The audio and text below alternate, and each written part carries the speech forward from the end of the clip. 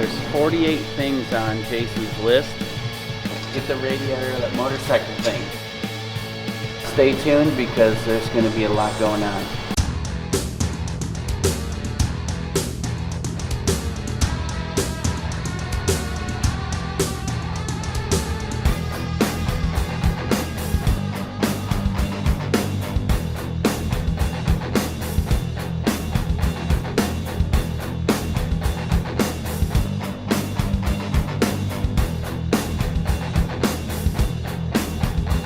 Ladies and gentlemen, you just witnessed history. How about that?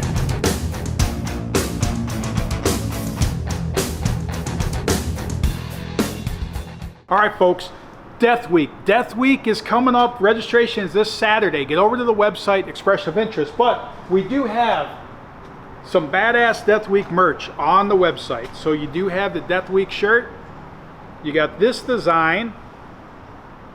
And then something we haven't even released yet, but Garrett worked up because we also, as the G-rated version, first we did this for sponsors. They couldn't tell their corporate people, the bean counters up top, that they were supporting an event called Death Week. So we came up with the Death Valley Family Fun Week. So there you go with the Truckster on it. So that is also available over on the merch site. So you can grab that merchandise, but also do it. Like the calls I've been getting from the stops for us to make along the way. This is the adventure. This is the craziest adventure. We're only doing it once. And just some of the stuff that you don't even know yet that is in discussion to be a possible stop or a checkpoint on there. Like some crazy stuff. I mean, I can tell you we're going to cruise a strip in Vegas, and there's media that's very interested in us having street legal cars on the strip in Vegas cruising on a Friday night, because we're going to be in Vegas on Friday, whatever Friday that is. But get over to the website, check that out. Also, the gasser, the giveaway gasser. So time is running down. We have, I don't even know, there's only a week or so left with it, but we just got in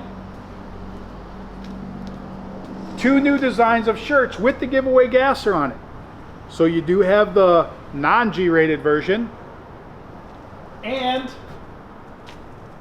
the G-rated version. So we're running a special with that. If you buy, like if you make a purchase and you have one of the giveaway gasser shirts in your cart, you get double the entries towards winning the giveaway gasser. So that means if you get one of these shirts and 3 other things, everything gets double the points. And same thing before, if you spend $100, then you get that bonus and you get double that. So if you want to get a bunch of entries, make sure that you got one of the giveaway gasser shirts in your cart so that you get double the entries for winning the giveaway gasser. So we actually just put we put different rear gear in there. The other one was making some noise, so we had another one for this. We put that in there, and we're getting that other one checked out. So whatever, that'll go back in there. But we're gonna take this down to Norwalk this weekend, along with the Durango, make some passes there. But we got some stuff with Jason Sack's car in the house for a bunch of stuff to get done on that. So Bob's gonna take you through that stuff and how he thinks through the idea is to fit a whole bunch of crap into a small area. So thanks for watching, guys. There's 48 things on Jason's list.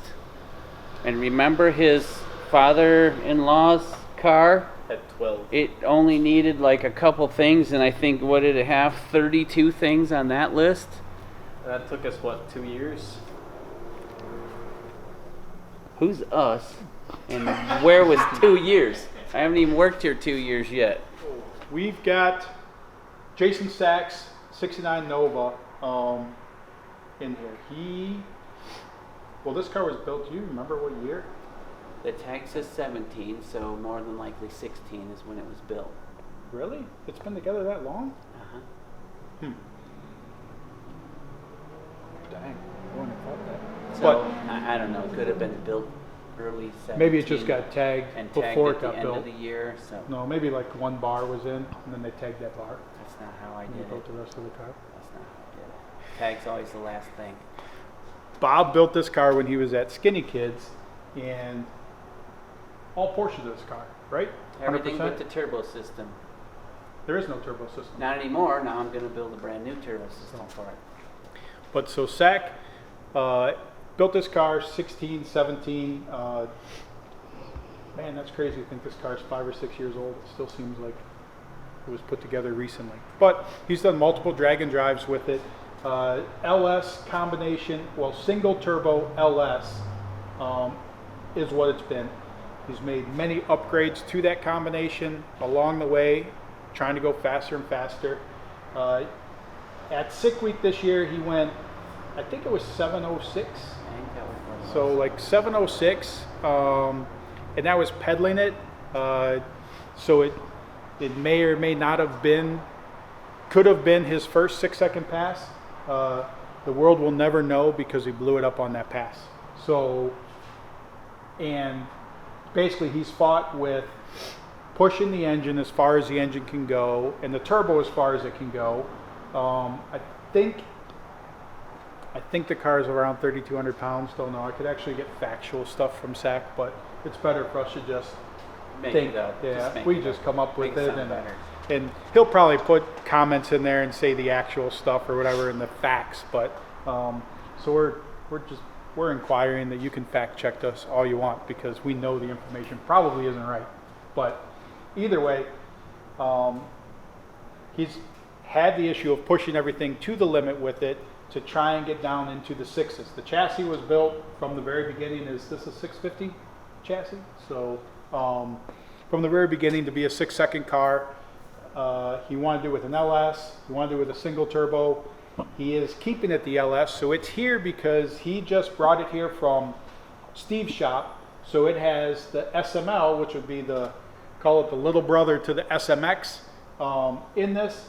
They dynoed it. I think there's a dyno 3,000 horsepower or something. Is that what it was? Scotia over, yeah. So Scotia over 3,000 horsepower. I feel like he was in the 2,000 horsepower range with the other combination, which was a standard LS deal to where this is a full billet, custom water jacketed deal, just like I said, the little brother of the SMX. But it's here for Bob to finish a whole big list of stuff to transfer this stuff over. It's not going to be a single turbo now. It's going to be twins. It was on gasoline, so it did have a nice water to air tank up front. Or was that in the middle and then 2 radiators or the turbo was off on this side. The intercooler sat here. Okay. And then 2 small radiators. He's always had a cooling problem and different stuff that's happened to try and fit everything into a tiny space. Like a lot of times we think that there's all kinds of space, but really there's a lack of space once you start putting in everything that you want to be in there. So, but it's here for that big list. And how many items on this list? I just counted them, now you made me forget. So I think I there's feel like you said 40 something. 43 or some 46, 43, 46 or something like that items on there, and I'm sure there's a few more to add on. Now some of the stuff or whatever that he's got on this list, Bob's going to cover the hybrid version of it, but there's like, can you put billet screws in the cup holders? Like that's an item. So I mean, that's an easy one Does to it check really off. say Right? that? No, it doesn't. But it seems Billet like that's how screws. detailed he was when he was writing this list about stuff. But yeah. So now when it got here, I thought it was on a Sunday or something. So Zach put it here. Thought it'd go up on Projects, and then that's where the work would be done on it. But Bob said it had to go on the table because of making sure of what. Everything is symmetrical, precise, and exactly where it's going to fit underneath that hood, because we're not changing that front end at all. So I'm kind of a stickler, or I like to think that I am a stickler with making everything as nice as I can. So going off of a perfect surface, fixturing the car to it means I can move stuff around and I'm not on a crooked ass floor, or someone comes through and says, wait a minute, I want that car out of there, and I have to uproot everything and start over. Right here is a perfect platform. It's centered. I have center lines. I have lines all over the place to measure from, so everything will sit identically from side to side as perfect as I can make it. And this is actually one of the tables from Skinny Shop. There was 3 of these tables there? It might have been built on this That's table. what I just. I don't that's really what I know. was going to ask. But I'm yeah, like, there was is this the there table was was 3, built on? then it went down to 2, and then We got the last one, so who knows, but they were all the same exact table. So it may or may not have Been birthed, it might have been on this born table. on this table. I do not know, right? So cover some of the rough stuff and the stuff that you have to think about, because literally, like when I look at it, it's overwhelming to say, okay, well, there's got to be headers, there's got to be 2 turbos, there's got to be, is it going 1 radiator, or will it still be 2 It's radiators? going 1 radiator here in the center, so we have to determine what size radiator is going to cool that engine, and then we're going to make everything else fit around that. So this is the very first piece we have to figure out between me and Jason, or me and Steve, or whomever we want to talk to about this, whether it's a Be Cool or I don't know where we're getting it yet. So I have to get this to start building around it, because we don't want to have another cooling problem with the car. We want that fixed first. I can make all this stuff fit in around it. So there's just a massive amount of stuff. Hey, we have a big radiator up there. We don't want it to be quite that big, because then the turbos will be out like in the marker lights. But yeah, turbos are going to be up front, up a little bit, not down at the ground. So these are his requests. And the reason he wants them up front is because he's trying to get as much front end weight Front end weight on it, as possible, so because not it's to have to add weight all over the car. So yeah, we'll probably route turbo tubing through here from headers. I don't know if I can reuse the original set or if I have to build another set. I know that the tanks are going to get modified. That tank is going to get remounted. You know There's what we just a learned lot though, of like with stuff. the AFX or whatever, is like, I mean, those log headers, I mean, those things like fit in a nice We tight have some area. extras too, don't we? Yeah, they fit in a nice tight area, so it'll Right, make so maybe everything we nice could and clean. Burrow a hole right through this sweet little bugger there and just whatever. Log it right in there. Log and- it right to it. Oh, maybe if you just put a clamp there, then the turbo Just put would a mount right flange there. and it screws Yeah, to there. that'd be perfect. No. So, yeah, it's just a packaging situation. So Now, first fuel things cell up here? first. Yes, it's already here. The tank I built, Oh, did he The- run a fuel cell the- up here? Because I thought he ran No. off the back. it runs off the back, but the ice tank that was here Will now be the fuel will tank? now be the fuel tank. Okay. You know? And we're going to, well, we already have a figured out situation to make that tank a little bigger and put a baffle in it, so everything works good for there. So yeah, we're going to reuse the tanks that were here, just repurposing the cooler that he had the water pump and stuff on before is now going to be the front cell. And it's going to stay right there. And is it going to be a mechanical fuel pump for the race tank? Don't really know. You haven't made it that far down. I don't know on the 42, list. The 42-page list. The 42 item list. Okay, I don't know that it even says fuel pressure regulator. I don't know. I would assume it is because we have another drive pulley here for this belt. Gotcha. So this is alternator, Yep. oil pump, more than likely Fuel pump. fuel pump on that side, would be my guess.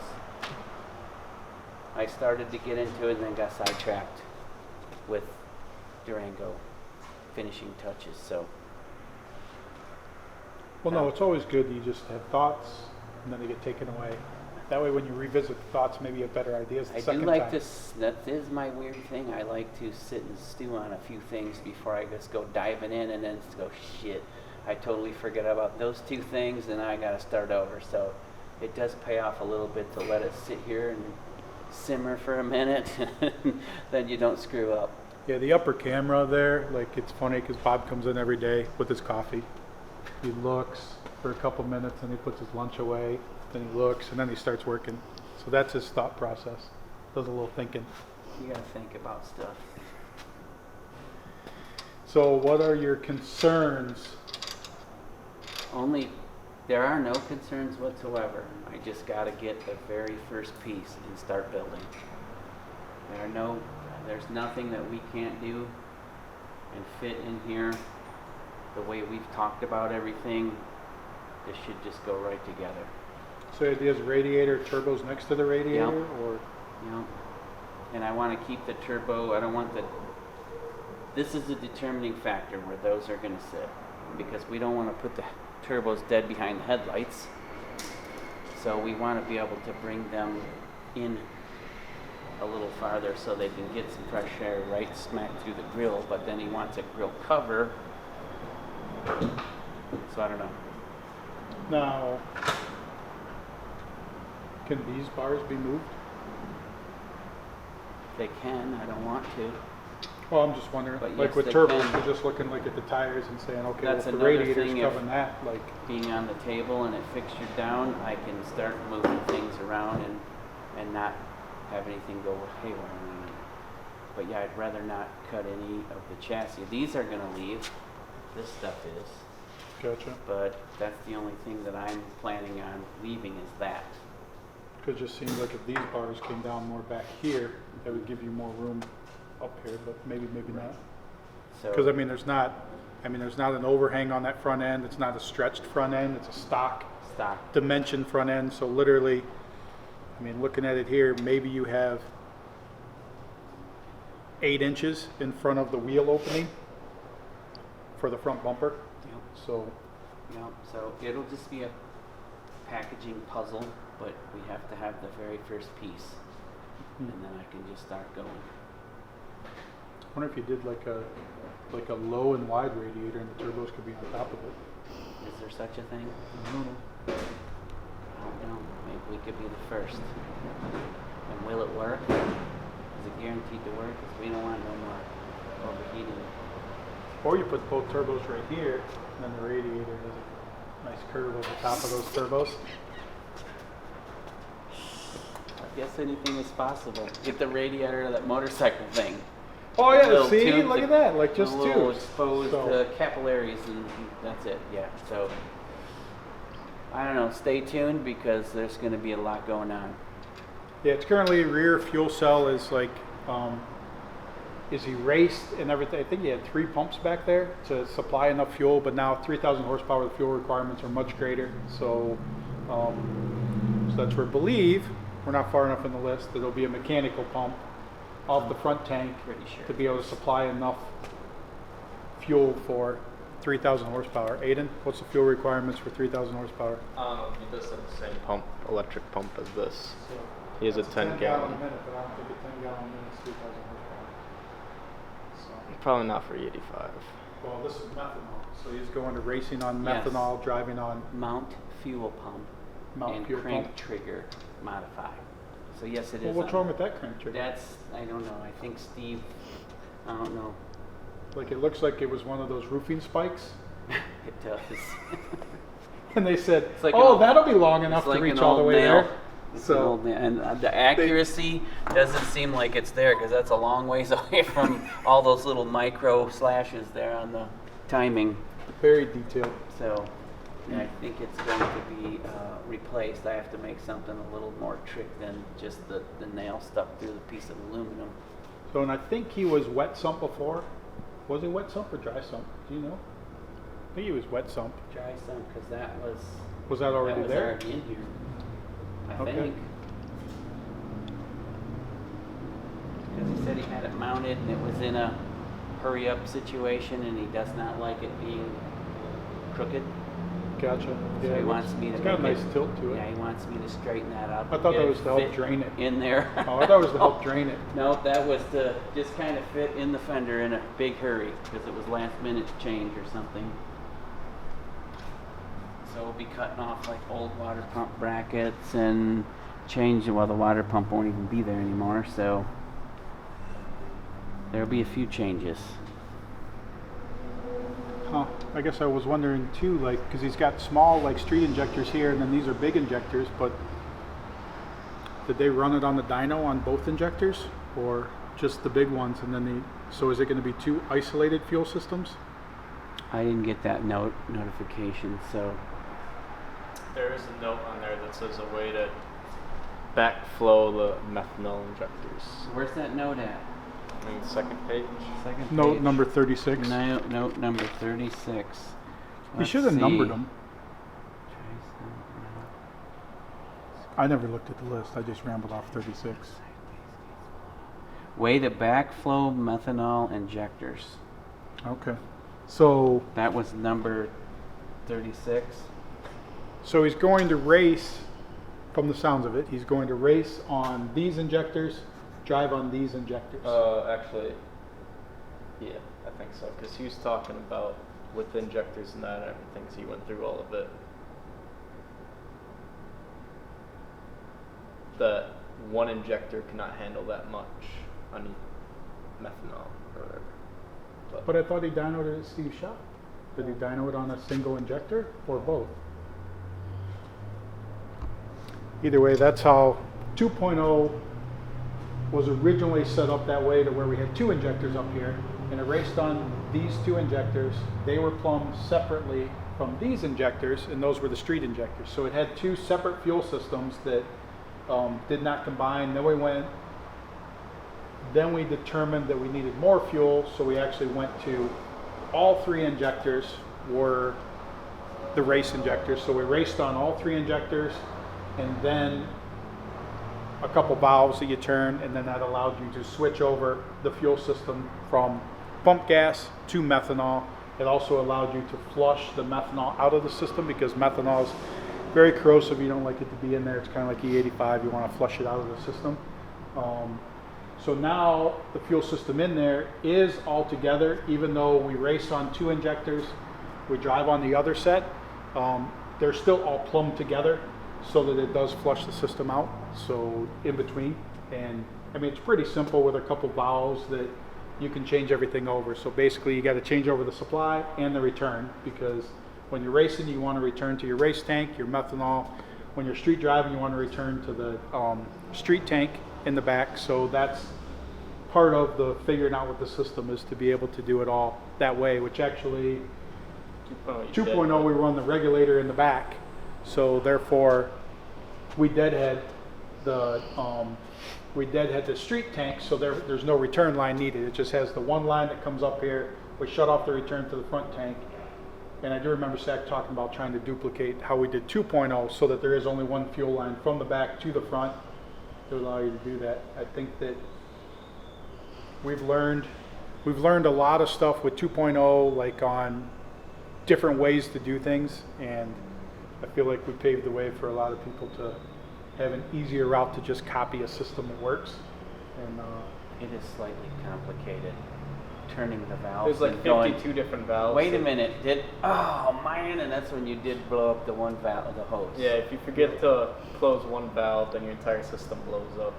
Well, you'll find the weak link in it really fast, and so now you know not to do that again. you always learn things by bad experience.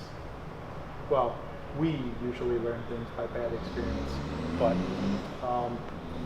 so look for some upcoming stuff with that, as far as getting you up to speed and taking you through the steps as Bob gets everything going on here, which it'll be weeks before it starts, because the Durango still needs stuff done to it. We're going to take it out racing this weekend, but hoping to get that, which, I mean, mine, it's a lot smaller list. It's not that long a list. No, So- that's very small now. Yeah, needs like a rear fuel cell, exhaust, what else, transcooler, Cadillac converters. catalytic converters. Needs Cadillac converters. Cadillac if we get converters. some off a Cadillac. So, but Not very much. so this will be getting work done to it. But thanks for watching, guys.